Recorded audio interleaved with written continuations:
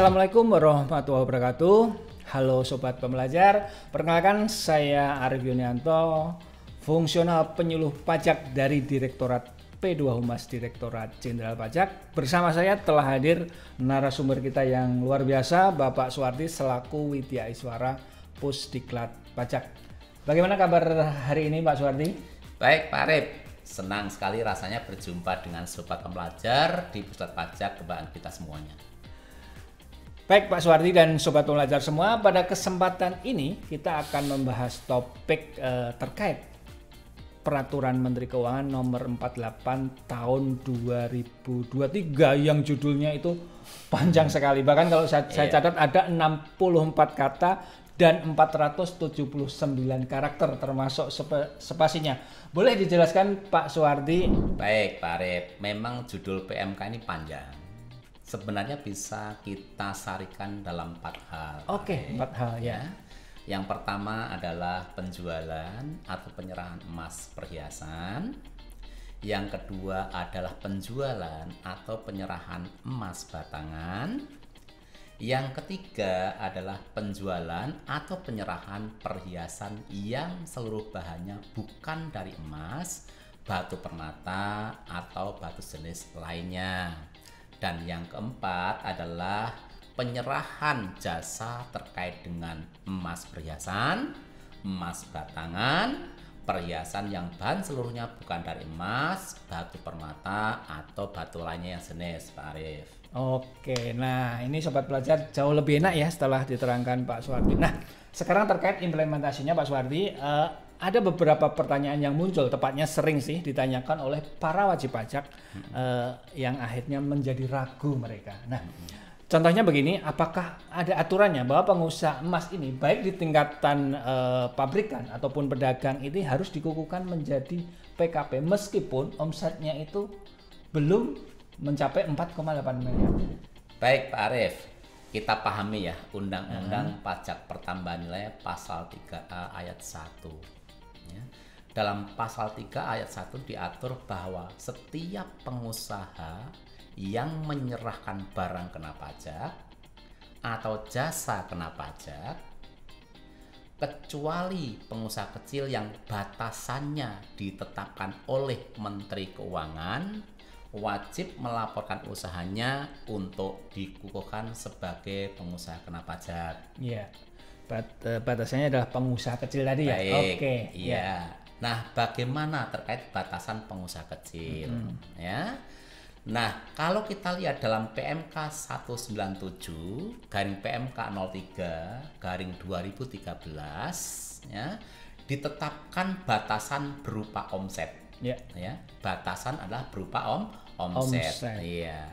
Jadi pengusaha kecil itu apabila omsetnya belum mencapai 4,8 miliar dalam 1 tahun buku, maka dia digolongkan sebagai pengusaha kecil. Nah, kembali ke pertanyaannya Pak Arif tadi, bagaimana dengan pengusaha emas? Nah, ini baru masuk baik emas. Pabrikan emas maupun pedagang emas. Nah, untuk pabrikan emas maupun pedagang emas, ya, di sini bagaimana kalau omsetnya belum mencapai 4,8 miliar dalam 1 tahun? Nah, sementara kita tahu bahwa emas, kecuali emas batangan untuk cadangan devisa, itu merupakan barang kena pajak.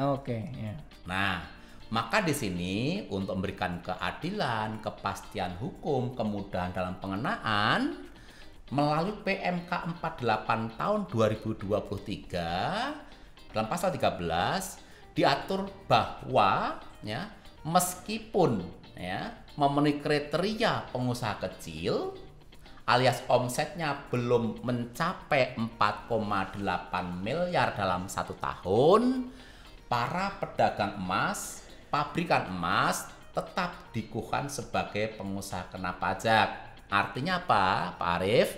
Bahwa PMK 48 ini menetapkan batasan kepada pabrikan emas, pedagang emas harus dikukuhkan sebagai PKP. Oke. Ada pertanyaan berikutnya nih, masih berkaitan dengan pengukuhan PKP tadi. Iya. Begitu PKP kan tentunya harus menerbitkan faktur pajak ya setiap penyerahannya begitu. Iya. Apakah hal ini bisa diartikan bahwa sebagai pengusaha emas kemudian menjual ke konsumen akhir ya, pembeli pada umumnya ini tetap harus menerbitkan faktur pajak, Pak? Kalau iya menerbitkan, kemudian bagaimana teknis administrasinya? Baik, Pak Arif.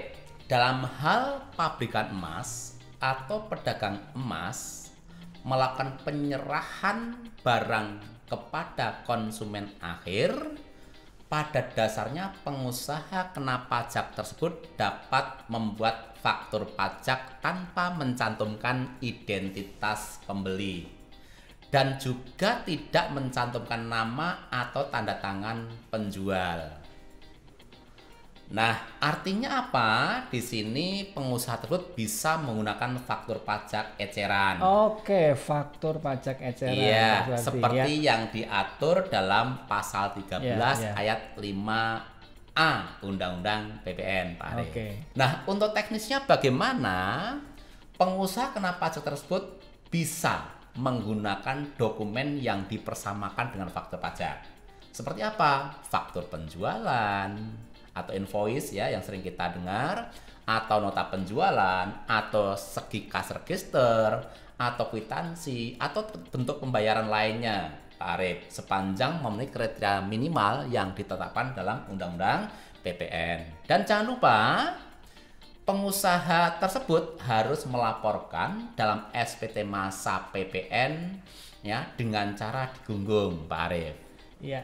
Jelas, sangat jelas Pak Suwardi. Oke sobat pembelajar ya, jadi bahwa nggak perlu khawatir tentang faktur pajak ini karena faktur pajaknya ternyata cukup faktur pajak eceran dan itu sederhana, tidak perlu membuat, cukup diwakili dengan nota penjualan tadi. Iya, Oke, ada pertanyaan lagi nih dari tentunya masih dari para pedagang perhiasan, tetapi ini bukan dari emas, misalnya jual perak. Nah, gimana ini perlakuannya Pak?